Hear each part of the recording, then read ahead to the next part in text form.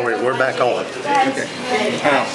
Now you went to pick up where we left off. You went to the Public Service Commission, and you went to the West Virginia. They ruled in my favor that they had to give me access to a telephone line. Okay. So then I went down to the telephone company. They didn't question. Well, they didn't question where you lived. They assumed jurisdiction. Yes, I took my tax ticket to show them where I live. And it was addressed as Cochran Creek. That's Cochran. So they was assuming well, now, your current tax ticket, what is it? Cochran Creek. So you have a current tax Dolan has an address in West Virginia. No, he don't have an address in West Virginia. He has to send my mail to my legal address of 70 Cary Lane, Warm Springs, Virginia, because that was the 911 address that was given to me. So that's where all my mail comes to, because that's my legal address set by the federal government. All right, and that's because you use the Virginia post office, right? Which is closer. Well, yes, a lot closer. The reason they do it, I use it, is because that's what my address is. It's no matter if I awarded it or not.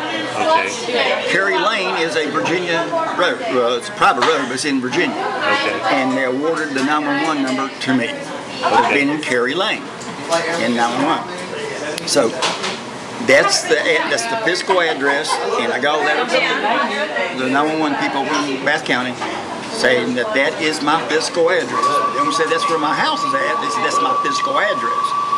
So whenever I fill out anything, they always ask you for what your address is. So that's the only address I can give them. Yeah. I had tried to get a before all this all started up. I tried to get a West Virginia address, and I think the guy's name is Kelly down here, postmaster in Mornington, and he wouldn't deliver mail to me. So this says Lot 6, Cochran's Creek. Yeah, that's the description of my property. And that is by Pocahontas County, West Virginia, and that's Sheriff David Janice saying that. You're in the Huntersville District, Tom Stratton, and they have a P.O. box of Warm Springs, so they know. Now this box number was changed to where I had to have a Cary Lane there. Oh, okay. So that number, no one has a box over there anymore like that. Right. They got to have an actual physical street address for 911. And this is an older tax ticket. Yeah. But so it's been changed. And I just happened to grab this one close. When I was paying it, I paid under protest because I'm paying for property that's is not being correctly identified or measured.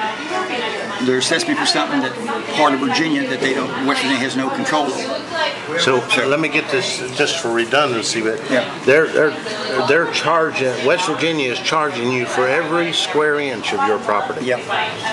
They're not prorating it according to the part that's in West Virginia. No, so they have assumed jurisdiction of the entire lot. Mine and everybody else's up there. Okay, so they're pulling some money in on this thing. Well, definitely they're getting money off of it. And yet, what do they not want to do for you? They don't want to let you vote. They don't want me to vote. They don't want to give you the homestead exemption. They don't want to give me a homestead exemption.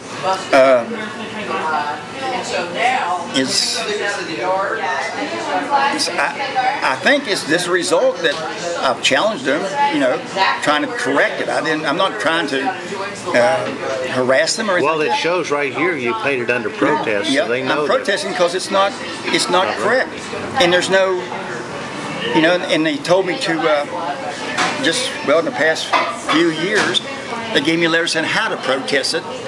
So I called down Charleston and left them a number because I couldn't get a hold of them. And the guy wasn't there. I had to talk to him. Left a number. They didn't call back. So they don't want to deal with the issue in Charleston either. They would. I think they would if I put it the way. I'm quite sure they're going to. Because you've been on this thing for a long time. I know that. I am going to, and I'm going to Charleston. And if nothing else, if I have to, I'll make it a politically embarrassing situation. Well, it will be. The assessors are up for election this year.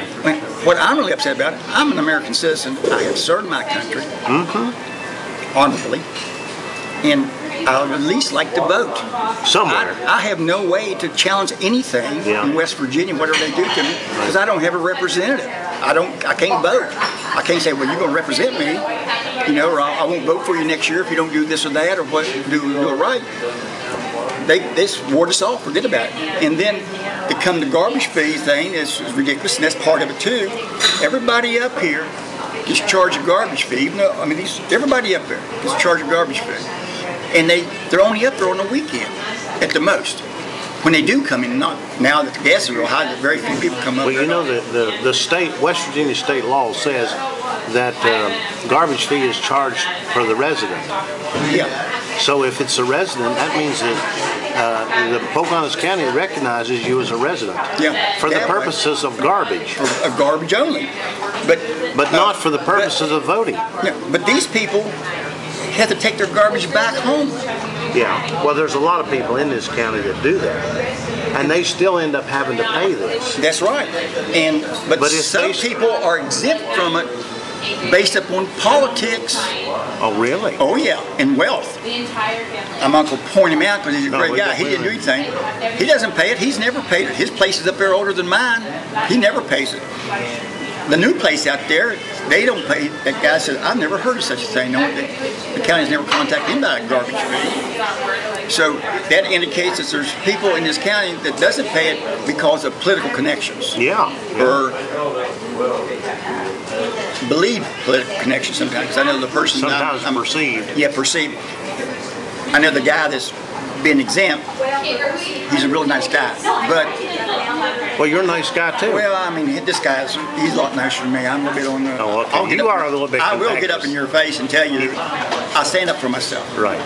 And Glenn would turn his head a little bit and not confront you. He's a winker and nodder. Well, he's a really good guy. Him and his wife are just really great people, and he wouldn't think about doing something dishonest. Right. So they just went down there and.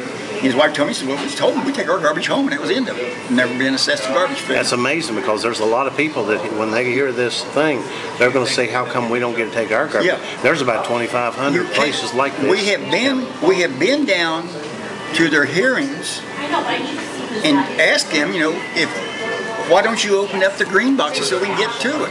I can't take my garbage to the green boxes. There's a gate across it. Yeah. And because they only open it up a couple days a week. And the funny part about it, the days that it's open is like on Saturday. Right, and Wednesday. Okay, Wednesday. Well, the people comes up on Friday. They don't bring garbage from Charleston, Beckley. They don't make the garbage until after Saturday, probably. That's right, and they can't get to the boxes. Yeah. I was told once to go around the gate. And I said, excuse me, the way I was raised, if there's a gate there, it's a locked gate. It's not an open gate. They're not keeping cattle or dogs in there. It's a locked gate that keeps me from going to get into the boxes. So I can't dump garbage there. Okay. Then they said, I just found this out within the past 2 years that I can have there's a free day that I can dump garbage, which would sound great. I mean, that would serve my purpose. But I got to drive 40 miles to get rid of it. You pass the green boxes that I can't get into, and to dump my garbage up there on the last Tuesday of every month. Well, that sounds one day a week would be more than enough because I only have one. And if I remember correctly, you have to do it every month. If you miss a month, that's what I say. I have to do it 12 months every day. I mean every month. If I miss one, I default. The thing of it is, I know I don't live in this county all year round. On 3 months out of the year, I have to leave the top of the mountain because I can't live up there. Right. The National Forest will not maintain that road open. We're a prudent driver, and that's what the rules are. A prudent driver can transverse it during the winter months. They don't do that anymore. So you couldn't even get out of there. I cannot get out of there. Even if they allowed you, even if they were open. I can't get out. Yeah. I can't get out. And I'm at the age and physical abilities that I cannot cut enough firewood since I don't have electric up there. I can't do it, and I don't have propane heat. I tried that 1 year. I have to buy it by the bottle. I asked Southern States to set a big bottle, and they said they wouldn't do it because they're not going to fill that up in the middle of winter time when I run out. Right. Because they can't get up there. And I mean, I'm not saying that vindictively, I'm just saying that's the way it is, you know, so you gotta live with it. So I can't heat it with propane during the winter months and be assured that I'm gonna have heat. And I'm too old and weak to cut all the firewood it takes. So I can't stay there. That's the only residence I own. I own no other property any place in this country except right there. Well, I don't understand why they would let some people, you know, just take their garbage back, you know, and wouldn't give you any break at all. You must have ticked them off somewhere. There's no place for me to take my garbage back to, for one thing. And yeah, I've upset them quite often. I mean, I'll be perfectly frank with you. I mean, there's some people in this county, politically speaking, that I think are not fulfilling their duties the way according to the state says they have to be filled. Like everybody's not pulling their load. Yeah. And you just told me that there are certain people that, because of political connections, they're not required to pull their load. That's right. And also, your own elected officials is that whenever they appraise my property, and I challenge it, I said, there's no way at all that my property is worth that. At all. I took an appraisal class in college. I'm a graduate from Western State. And what I know, being trained there, is not what they do up there. There's no way that my property that was under construction was worth the value that they say it was.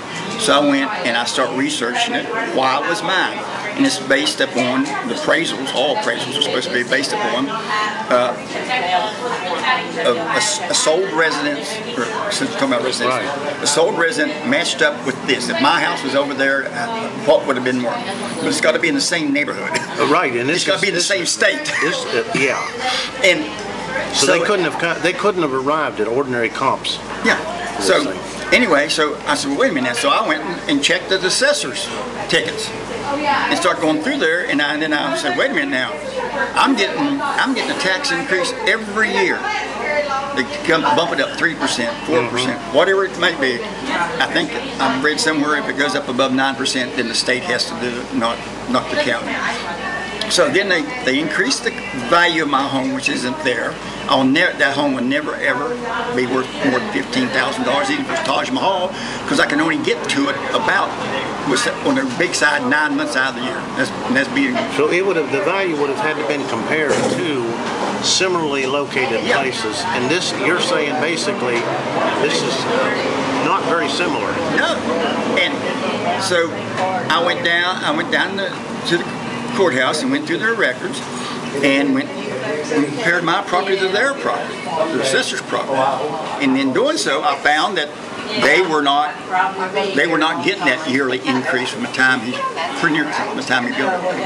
And then I went to the Board of Equalization because they hold it in the dead of winter when they know people that are non-residents of the county can't I never thought about that. That is right. People or non-resident cannot come into this county very easily because of the weather to participate in challenging it. And I think that's pretty well. So